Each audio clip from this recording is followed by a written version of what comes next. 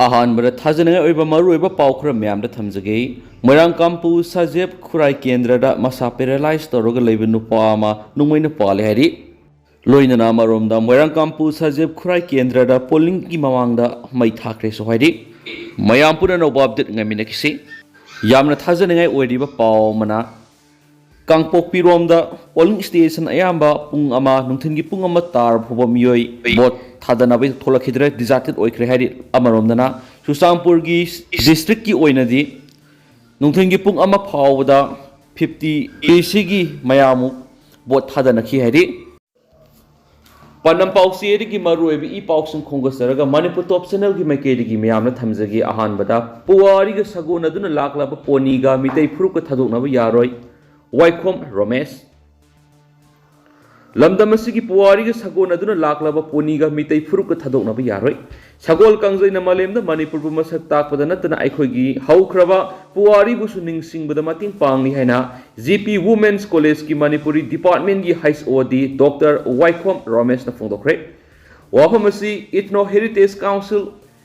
हेरिकोन सिंकै हुनबा पोलो club न सिंदुना सयेसिगी मार्च 13 थासिगी अमा फाव नमित 3 सुन सतखिबा हॉर्स राइडिंग कोर्स की सर्टिफिकेट येंथोकपगी थौरमना सरुक यारादुना मांगना फोंदोखिबनि मणिपुर प्रेस क्लब तंगसी पांगथोकिबा थौरम अदुदा हेरिकोन की प्रेसिडेंट वाई सुरजित कुमार खुमना थौरम मापु अमदी सिंकै हुनबा पोलो क्लब की प्रेसिडेंट टीएस थोइनुना अखनबा मिथुंगलेन ओइना सरुक याखि थौरम की अथोब मिथुंगलेन की वरोल पीरदुना डॉक्टर वाइखोम रमेश न फोंदोखिबदा हौख्रब पुवारीदा नैनदुना येंगलुबदा पोनी हारिबा सगोल मखल असिना लमदम असिगिदमा लौरखिबा थौदांग सिंथानिङाइनि सगोल कंजै मसना मितै फुरुब असि कयाम कुइरबनो हाइबदु ताकपदा मतें पांगली मितै फुरुबना सगोलगा लोइनना लाक्लिबा असि चही 5,000 हेलबनि लोइनना सगोल कंजैना मणिपुर मसक ताकपदा नतना आइखोइगे हौख्रब पुवारी निंगसिंगनबा सनाबा मसनामसु ओइरि पोनी हारिबा सगोल मखल असि मितै फुरुब अमदि खुनाय सिगा थादोकनबा यादरबा मोय मिरोल असिदा आइखोइगे हौख्रब पुवारी अमदि फुरुब असिबु हेना मसक खंगननबा होनबदा हेरिकोन अमदि पोलो क्लब अनिना लौरिबा थौदांग असिमक थागतनिङाइनि हाइना सुमागना मखाताना फोंदोखि थौरम अदुगा मरी लैनना हेरिकोन की general secretary अहिबम अनन पाउमिसिंग फोंदोखिबदा यलोइङैदगी लेरक्लबा pony हारिबा Sagol मखल असिबु कन्ननबा पन्नमदा riding course असि सतखिबनि पुवारीदा नैनदुना येंगलुबदा सगोल मखल असिना लमदम असिगे अमदि मियामगिदमक लौरखिबा थौदांग सिंथानिङाइनि लोइनना पोनी मुतपदा खुनाइसु मुतखिगनि कंदब यादे खंदुना हेरिकोन अंगम थौदांग लौदुना सही नौरिबा अंगांग यावना मियोय सा मरोमना सरुक यादुना ट्रेनिंग प्रोग्राम सतखिबनि अतोप तुवान मफमसिंगदसु ट्रेनिंग प्रोग्राम पांगथोकिगनि थौबाल डिस्ट्रिक्ट मखाताना ट्रेनिंग प्रोग्राम असि पांगथोकनाबा मियेंग थमलि हाइनसु मांगना फोंदोखि मखा चथरकपोइना तोप पाव ख्वाइदिग अफबा मिरेप थागतुना मितै मैतै कन्ननबा होटनमिनरसि एसटीडीसीएम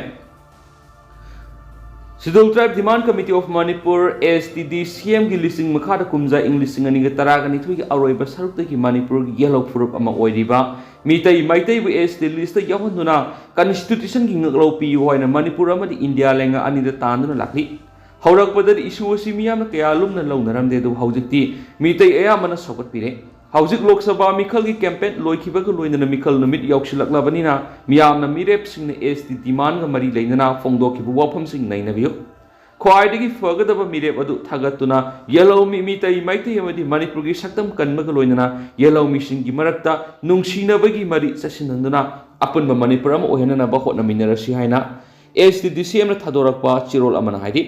चोल असिना हाई हौजिक सत्नरिबा कांगलोन की मतुंगिना अहानबदा Manipur लेगाना अमदि India लेंगाक्ता yellow मिमिटेशनबुसु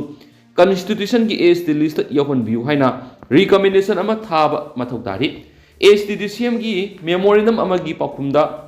India लेंगाना Manipur लेंगाक्ता मथौ तारिबा recommendation अदु असंगबा डॉक्यूमेंट सिंग लोइनना थारकनबा कुमजा इंग्लिशिंग अनिगा तरागा हुमदगी मे 18 अहानबा ओइना खंगलकपा लेख्रे अदुबो मणिपुर लेंगाना थबा अमता पेखत पीतबदगी एसटीडीसीएम ना मियामगो लोइनना खोंजंग क्या संसिंदुना स्टेट लेंगाक्ता तक्सिंदुना लाके हारि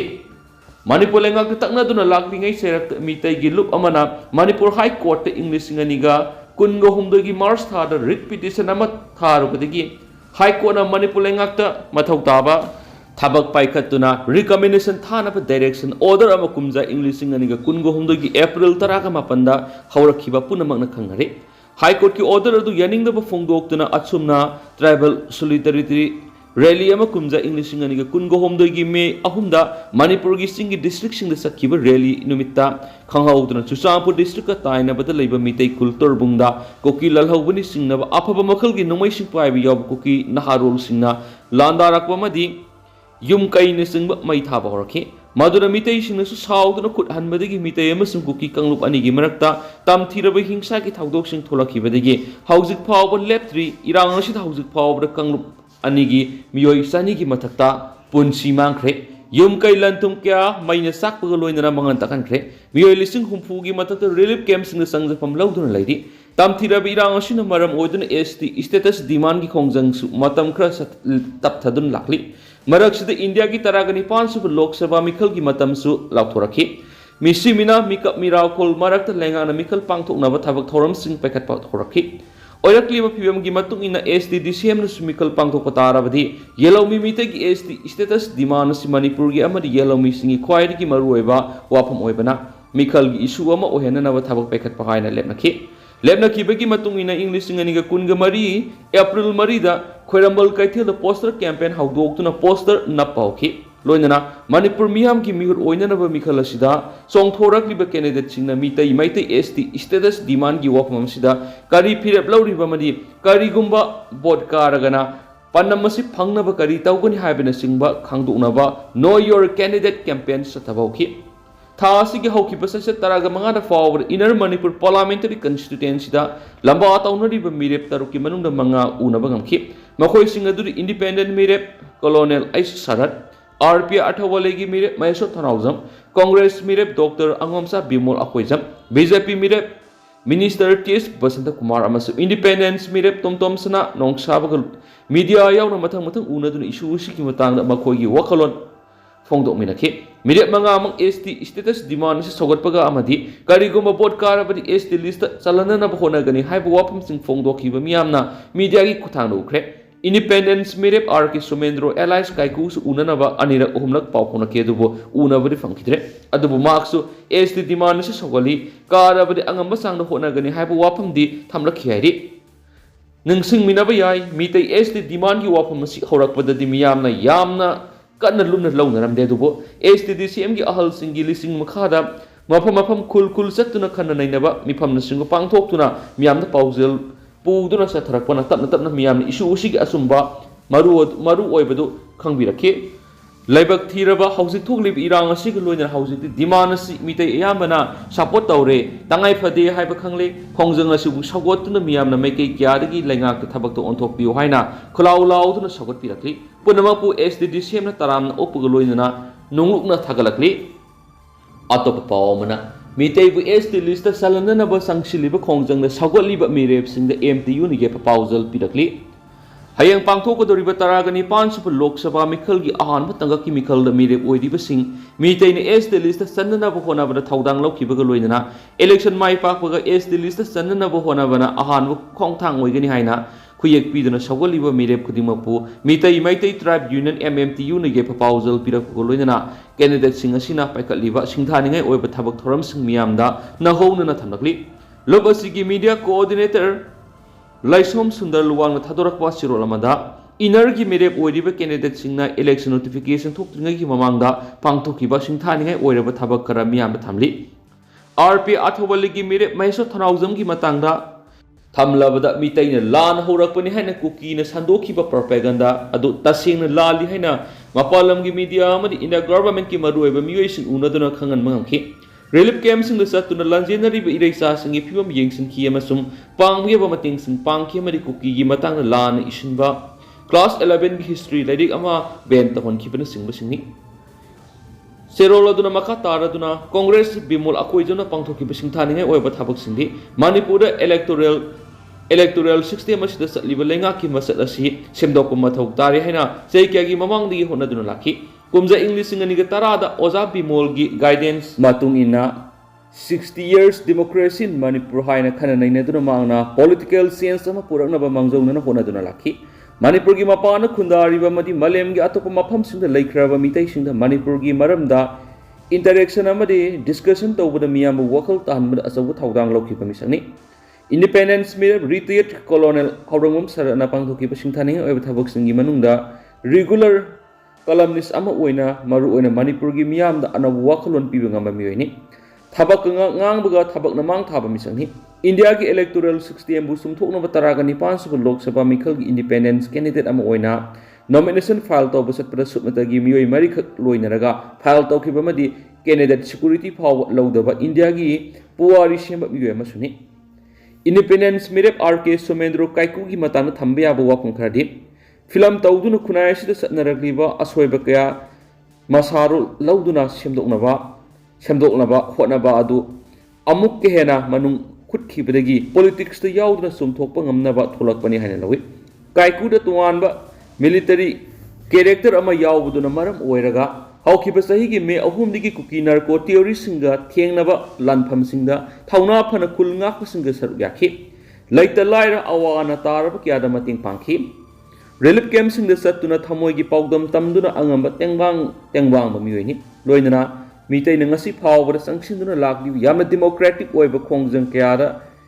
Isam Samna, Mita Maita in the list Sanfam to Ehaba, Mirik Nihadi. Independent made up Moirangkampu Thompson and Nongsabi Maram Lisintani or Wapam Krapalabada, Matamoi Shengbo Asum Bahaiba Ngang with Akiba later Bamuini. Indiagi Lady of Freedom of Expression, the individual citizen Amadi, Lyradana, Langaki, Marisuba Pillar Henariba Media Gi, Index, Rank, Samaga Humpuga Matoi, Out Samaga Marfu, Andrisni Hirabasu, Ngang Makudima Akiba Yaudana Ngamami. Loinana Maki Tauna Pavamadi, Miam the Matapak Toning Migi Magulasina Mitabu Estate List, Sanana Sankshila Pongzang Kunda, Bangzil Hagani, Mana Mai Palabi Nimitarunigi Manunda, Estate List Langani Haina, Tamlakiba Mishakni Hava, Panam Pau Siri Maropa Pom in Locusera Mama Tamzari, Autopomana Inga Ruk Toriel Digi, Nung Langway, Piak Pamadi, Sing Leba Court Kudaki, Miamna Tinkre.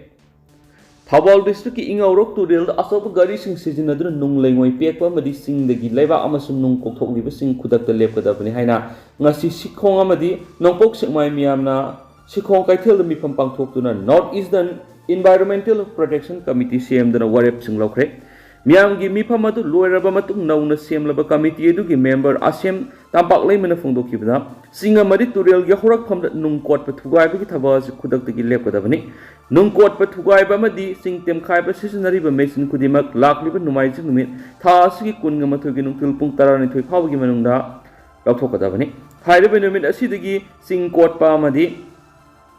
nung laukthokpagi thabak makhatana sathaраglabadi madura miyamna lorak warep masa masana yana laujagada bani loin ingorok turel sigi horakam oiriba khul sing asida makhatana nung kolandana ba committee amadi miyamna khangali masida nung laukthokpa madi Sing Court Pegi Mayukta, Howry Bamiam Ihowashida, Yauda Mui Krana, Masana Masabu, Lanholukni, Hyzab Mui, Kangluk Krana, Ongangasi Yaw, Yar, Haidanuki Halapas, Kari Maram Gino Hybedu Mui, Kanglubasina, Naminigi Manunda Miam Sangorakabanaki, Nung Court Pamadis Sing Tam Kaiba, Tingnaba Miam, Lowry Warevasi, in the Duna Makatana Sataraglavadi, Maduda Miam Lorok, Apapata Kudimaki Texak, Basamasana Puzaga Davanhanesu, Nasigi Warevasi Yawi. Ngasi pangthokiba miyamgi mifam aduda miyambu aki ekhang pibigano mausagi khal kahengumsi isingya horakham thugaigano singkansi torel kansi amadi isingna aikhugi thawai ni haina thaba webcasting sijinaduna cloud cash lokhi